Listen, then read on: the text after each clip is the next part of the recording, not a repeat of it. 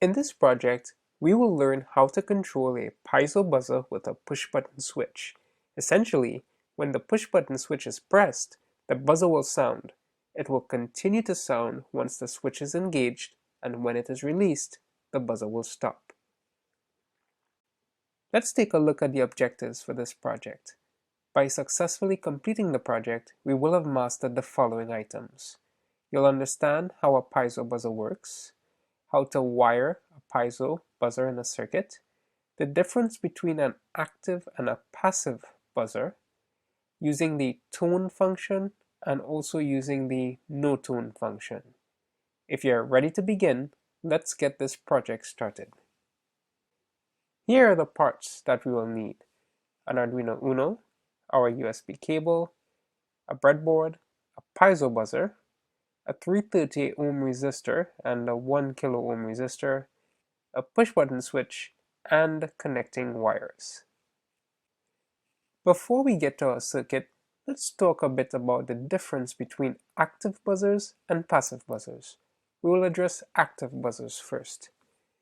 Active buzzers generates the sound itself using an internal oscillator. What this means is all you need for an active buzzer is to apply a DC voltage, similar to how you would turn an LED on and off.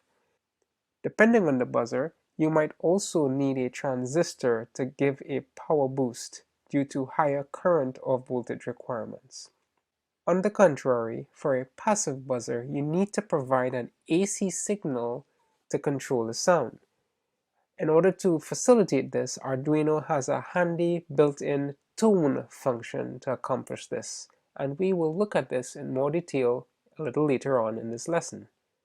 A piezo passive speaker can use the Arduino to drive it. It doesn't necessarily require an external power source, and you can also control the pitch of the sound that can be heard from a passive buzzer. So those are a few differences between active and passive buzzers. For our project, we'll be using a passive buzzer. Let's take a look at our circuit diagram. First, we connect the ground pin from the Arduino to the ground rail. And then for the buzzer, we have the negative pin of the buzzer being grounded via a 330 ohm resistor. The positive pin of the buzzer is connected to pin 9 on the Arduino. For our push button switch, one end of the switch goes to pin 7 of the Arduino, and also there's a 1 kilo ohm grounded resistor. And then finally, the other end of our switch is connected to the 5-volt rail, and we complete that connection on the Arduino. Let's wire our circuit. First, we'll connect the piezo buzzer.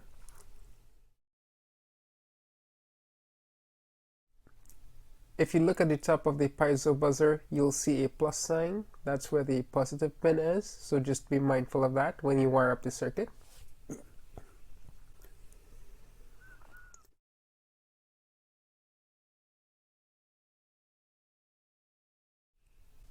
Next, there's a 330 ohm resistor that goes to ground.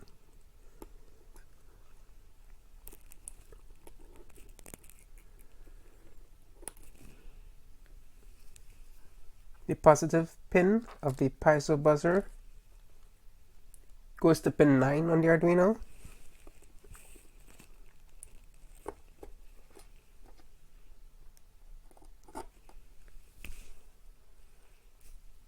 Next, I'll connect the push button switch.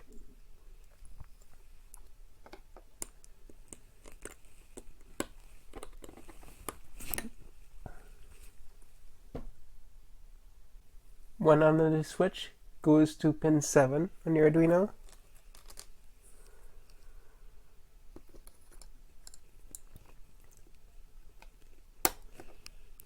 There's also a 1 kilo ohm resistor from that particular end as well to ground.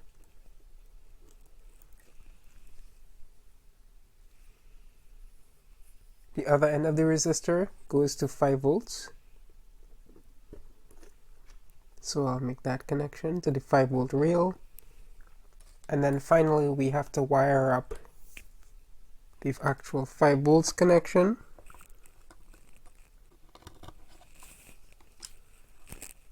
To the 5 volt rail and ground.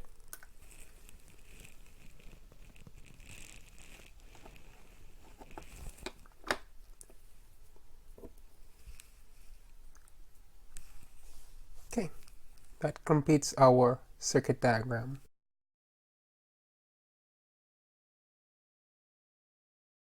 Now I'll go ahead and upload the code.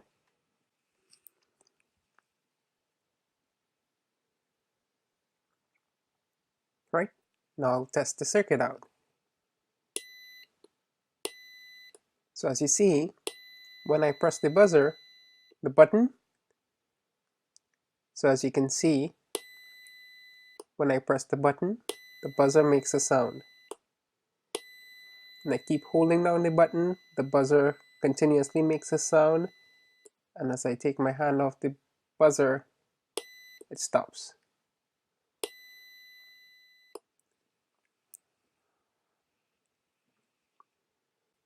Let's take a look at the code.